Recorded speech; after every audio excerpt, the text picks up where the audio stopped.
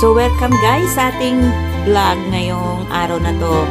So, ang gagawin natin ay titingnan po natin yung mga decoration ng Christmas tree lights everywhere all over mall here in Hong Kong. So, yun po yung ating titingnan at yun po ang ating iba-vlog sa loob ng isang buwan para masulit po yung ating Pasko at mag-enjoy na rin tayo sa panonood para makita natin yung pagkakaiba ng Christmas decorations sa ating bansa at sa ating mismong bayan. So, let's go at samahan niyo ako.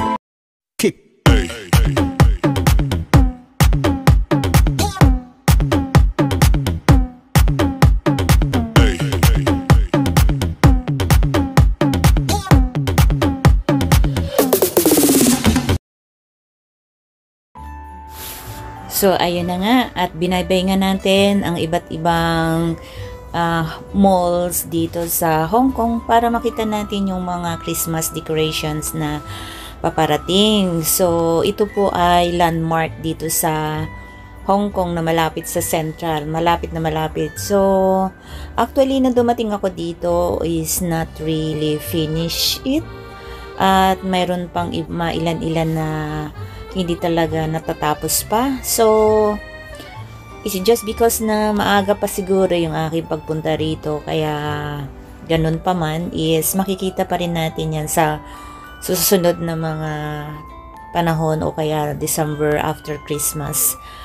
At yan, may nakita natin dito sa side nito, may natatakpan pa na siguro hindi pa talaga fully finished ang decoration dito sa landmark. At ang ginawa ko is umakyat na lang ako sa second floor. Oh no, sa first floor. At yeah, nag-ikot-ikot para syempre tingnan na rin natin yung mga nasa paligid nito. Ito yung pormahan ng mga decoration dito ng Christian Dior. Tama ba ako? Christian Dior ba to?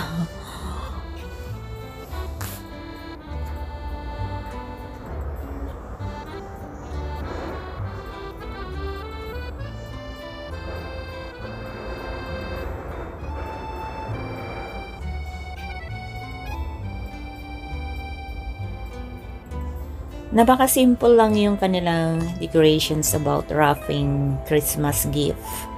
Not the same as last year na they put some snowing artificial and some skiing showing ng kung anong ginagamit for skiing. And this time naman is for wrapping for gift. So nakita natin maraming mga box dyan, which is meron pang for makeups, lipsticks. So it's just for all is for a gift.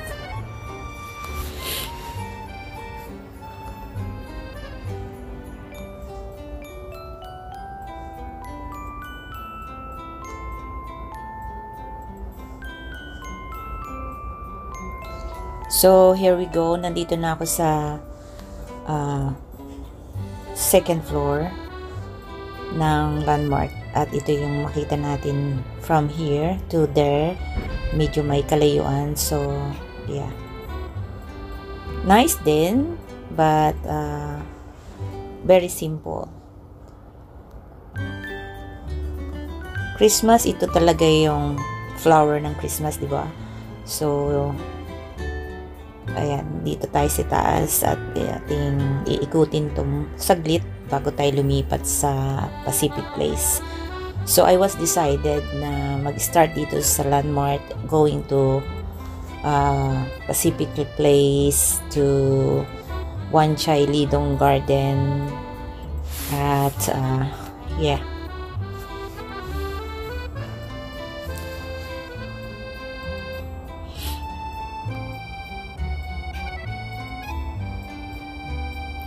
So, ito yung outlook dito sa landmark, yung shopping mall.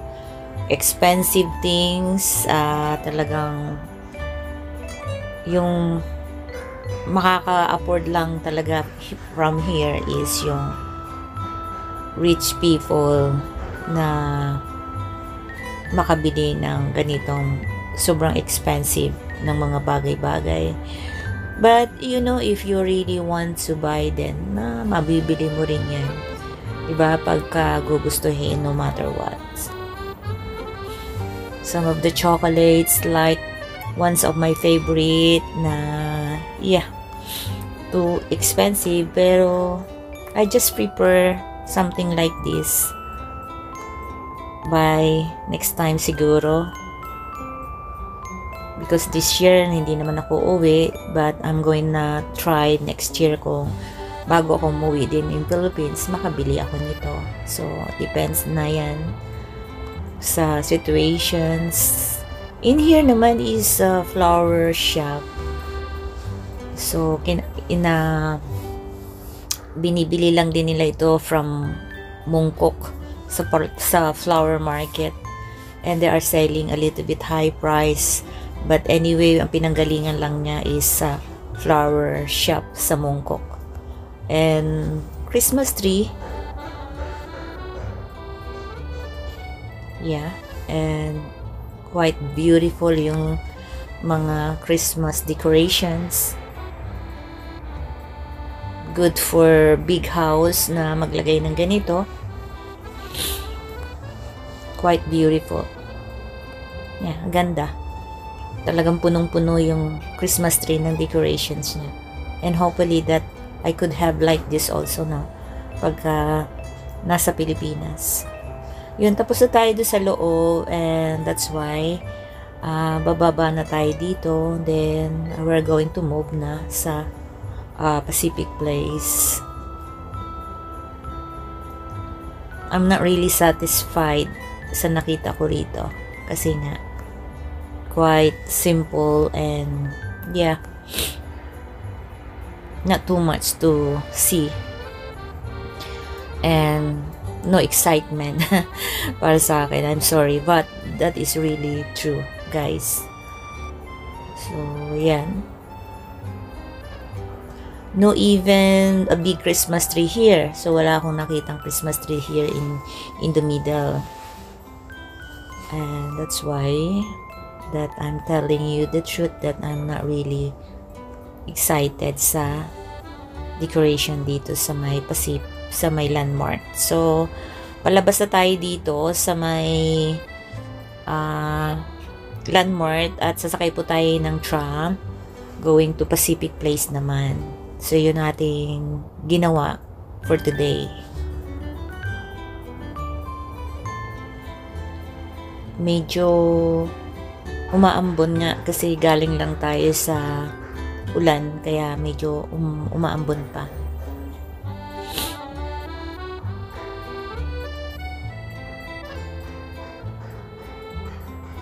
At syempre, pumunta tayo dito ng weekdays.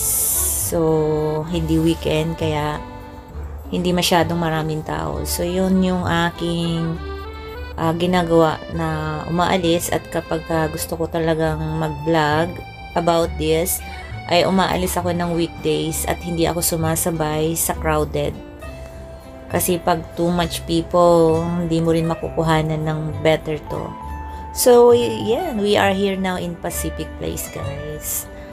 So, nakababa na tayo sa tram at ito na yung way going to down there in the plaza or park. Kasi ito yung way going to Hong Kong Park at dito nga sa loob na to ay may mga decoration like Christmas, bilya, something like that.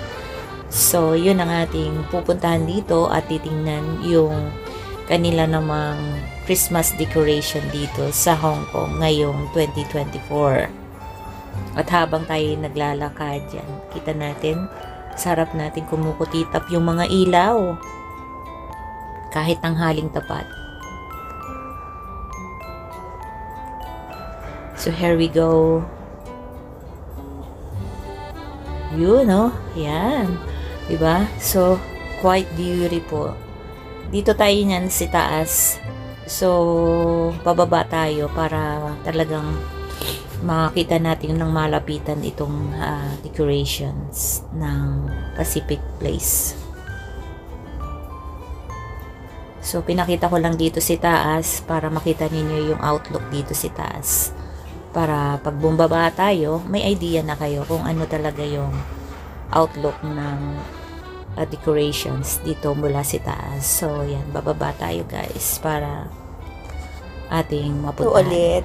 So, pumasok po tayo dito sa kuweba at para makita yung nasa loob nito. Marami siyang extra viewing kapag ka nandito ka sa loob, lalo na nakikita natin yung mga lights.